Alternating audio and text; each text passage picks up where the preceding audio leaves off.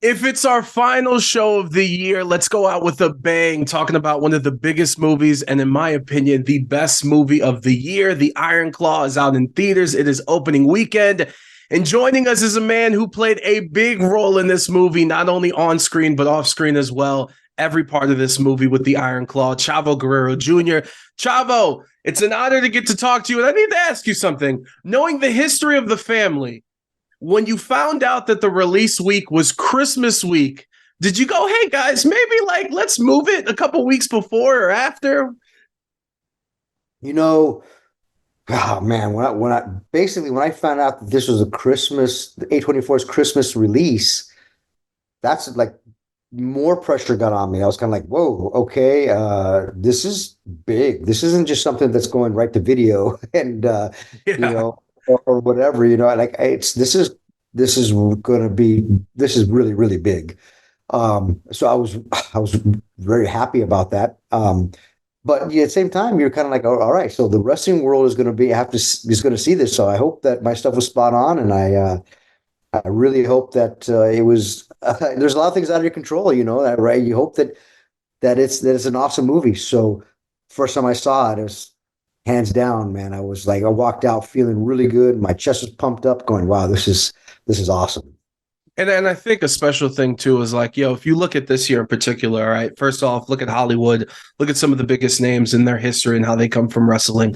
Look at the fact that wrestling is on television 6 days a week. And to cap off this crazy year with sellout crowds and record breaking and all that stuff, is you get a story on one of these legacy families in wrestling.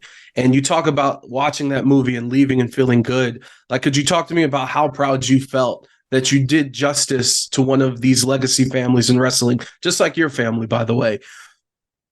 Yeah, the Guerreros and the Von Erichs have had huge history together, both being from Texas wrestling families. We wrestle for them, they wrestle for us. So we know it's a competitive rivalry, our entire lives growing up, really. So be able for me to be able to help tell this story of a family, it's like I'm telling my own story. It's very much like that. It's very much like in fact, I contacted the Von Erichs before, like as I was making this, and told them, "Hey guys, just so you know, I will be making this and put the attention to detail like I was making it of my family." No, that's amazing. And I know, just getting ready for this interview, hearing you talk about how in different times and in different things that's involved wrestling that you've been a part of, it's kind of been like, hey, I'm training you for this spot and that's it. Whereas in this movie, it was different. Sean was like, no, I want them to go for 20 minutes. I'll pick and choose what I want from that. So that kind of changes the training dynamic completely. If you could kind of go into the process with everyone, because obviously everyone's different, how they learn, how they pick up things. So how did you approach this? Yeah, man, everybody shoots differently. Sometimes, like you said, sometimes they want to see, 20 seconds. Okay, I just need 20 seconds and, we're working the headlock spot. Okay, great. Well, Sean was a wrestling fan, and he wants to get the whole match and get that on film, and then he pick and choose what he wanted to in the film. So having 10-minute matches sometimes, you know, um, it's definitely a lot more difficult. For me, it's easy. So when I did play, the Sheik and wrestled Zach in the first match of the movie, Sean wanted to set the tone of the movie. So we had, some instructions as far as how to structure that match, but really was on me to get it done. And that I think just set the tone for all of the actors as well to watch. Like, okay, I see how it's done now. Instead of putting, a an actor who's never done it with just another wrestler who's never really done it either on film, because it'd be marrying two different, such a hybrid. Acting and wrestling is one thing, wrestling and wrestling is one thing, but to Yeah. have them together and hybrid, it's such a different thing. But for me, who's done them both, to kind of set the tone, is everybody say, "Oh, that's how it's done." Okay, I get it. Okay, we can do this. It's possible. It's a confidence builder. And I would tell people, "Hey, have you messed up? Don't worry about it. Stop, just reset, just keep going. They're still rolling." That would take a lot of their anxiety out. It wasn't like we were wrestling at WrestleMania where there's like, "There's live." Yeah, It's yeah, it yeah, is. yeah. And then too, I go, it's never going to go the same. I go, I would say like Zach, you should do your dancing routines from choreography from, to High School Musical. Did it always go the same? No, it was always different. Like, exactly. This is always going to be different. You're going to come out of that role different. You're going to be facing different. So sometimes you have to pivot and face that camera again. Like, oh, I would have little tricks, like little hacks, and tell them, okay, if you're going too slow, you're going the right speed. That's what you want. Because once the fans and I know there are plants in there. There's a bunch of extras on, at ringside, but they're truly reacting. Something about being in a wrestling ring and getting them watching wrestling and falling and doing moves, they're truly reacting. When they'd say cut, everybody would stand up and clap and like, whoa, and really cheer, and really, really cheer, like, wow, it was amazing. And then the actors would be like, wow, what an adrenaline rush. I've never felt this before. And I explain that's what that times 100 at like WrestleMania. They're like, wow, that's amazing. So I would get them prepared for all that kind of stuff. I'm kind of going on and on, but there's so much to it, like to that question. There's so much like a Jenga puzzle. It's always like all these things, like playing Tetris in the ring with actors and their abilities, and then imitating real life wrestlers. It wasn't just wrestlers you're making up.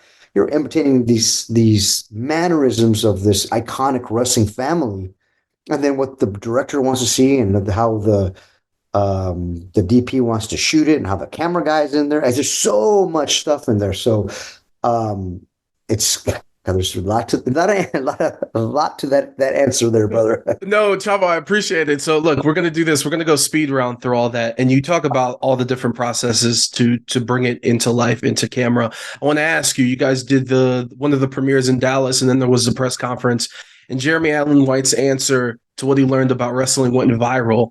When you sit there and you listen to him and you see him give such a great answer, how did that make you feel? First of all, I thought, what a great student he is, and a great student of the game, but also what a great teacher he had.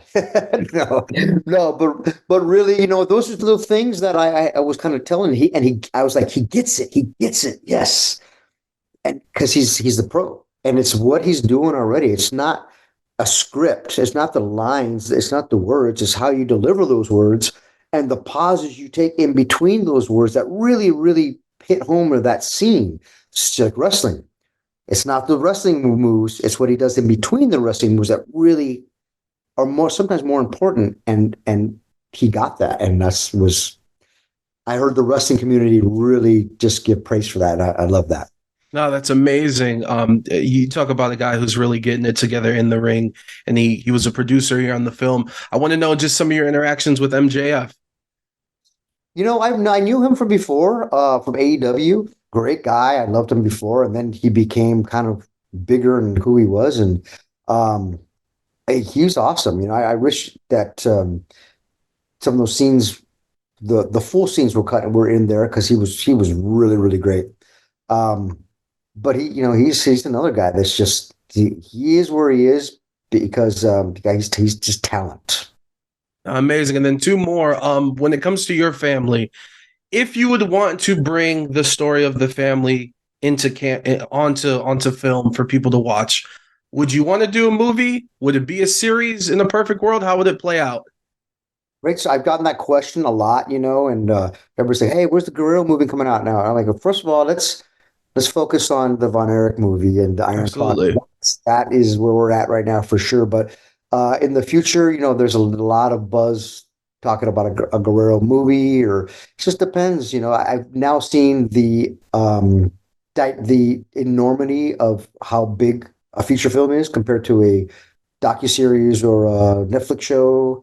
It's much bigger. It's much, much, much bigger. This is getting so much press because of just the massiveness of the story, but of it being a feature film, and how good it is. So yes, I hope we do a movie of the Guerreros one of these days. And I'll close this out with this. Earlier this week, there got news that Bray Wyatt, and obviously the unfortunate passing this year, but that the WWE signed him to a Legends contract that made sure that his kids were good in terms of the merchandise and stuff like that, which is amazing. And obviously you're not you're not the full person in charge of everything going on with Eddie and his children, but to the best of your knowledge, are Eddie's kids on a similar deal with some of the merch and stuff that WWE sells, or do you know? No, and I just got that question today. Somebody said on X, formerly Twitter, talking about that, and to re-clarify, not that the WWE is not paying the merchandise on Eddie. They obviously have to. They obviously are. Yeah. His children aren't really seeing that, and it was unfortunate, and this is just coming from them that I've talked to. I'm not their banker, but it's unfortunate, because I really think that they should be reaping the benefit of Eddie's legacy, because his legacy is huge and strong and is still bigger to this than ever before. And I really wish that they were the beneficiaries of that, But kudos to WWE for doing that for Bray Wyatt and Bray Wyatt's family. That shows what kind of company they are. No, absolutely. And kudos to you and everyone involved in making this film. I said it at the beginning. I'll say it again. Movie of the year. It's been an absolute pleasure to get to talk to you, Chavo. Next time we'll have more time. But until then, thank you for it. Respect, man. Thank you for having me. Yo, hoping you and yours had a wonderful Thanksgiving, and now it is Black Friday, and as you do your shopping, I'm in flight to Chicago, Illinois, lucky enough to be able to cover Survivor Series, and I wouldn't be able to do that without the good folks at Zip Chair. And now, watch how I combine the two. I told you it's Black Friday. And Zip Chair, if you don't know, makes some of the best furniture in the business. So here's the deal. You want to be the MVP this Christmas season and you want to give the best gift, whether it's a huge sports fan, why don't you give them the bar stools for the basement with their favorite team's logo? You know what I'm saying? All right, the Mets, the Lakers, it doesn't matter. NBA, MLB, MLS, NFL, collegiate, they got it. You know what I'm saying? Maybe you want to get the recliner, the couch, all the same, all comfortable. But then, what I specialize in, I'm in my office, I'm in my chair, I'm at my desk a lot, editing videos, playing games, replying to emails, whatever. A lot of hours spent in that seat, and that seat needs to be comfy, and that seat needs to be a Zip Chair. Use that discount code Adrian to save 10% off and be the MVP of this holiday season.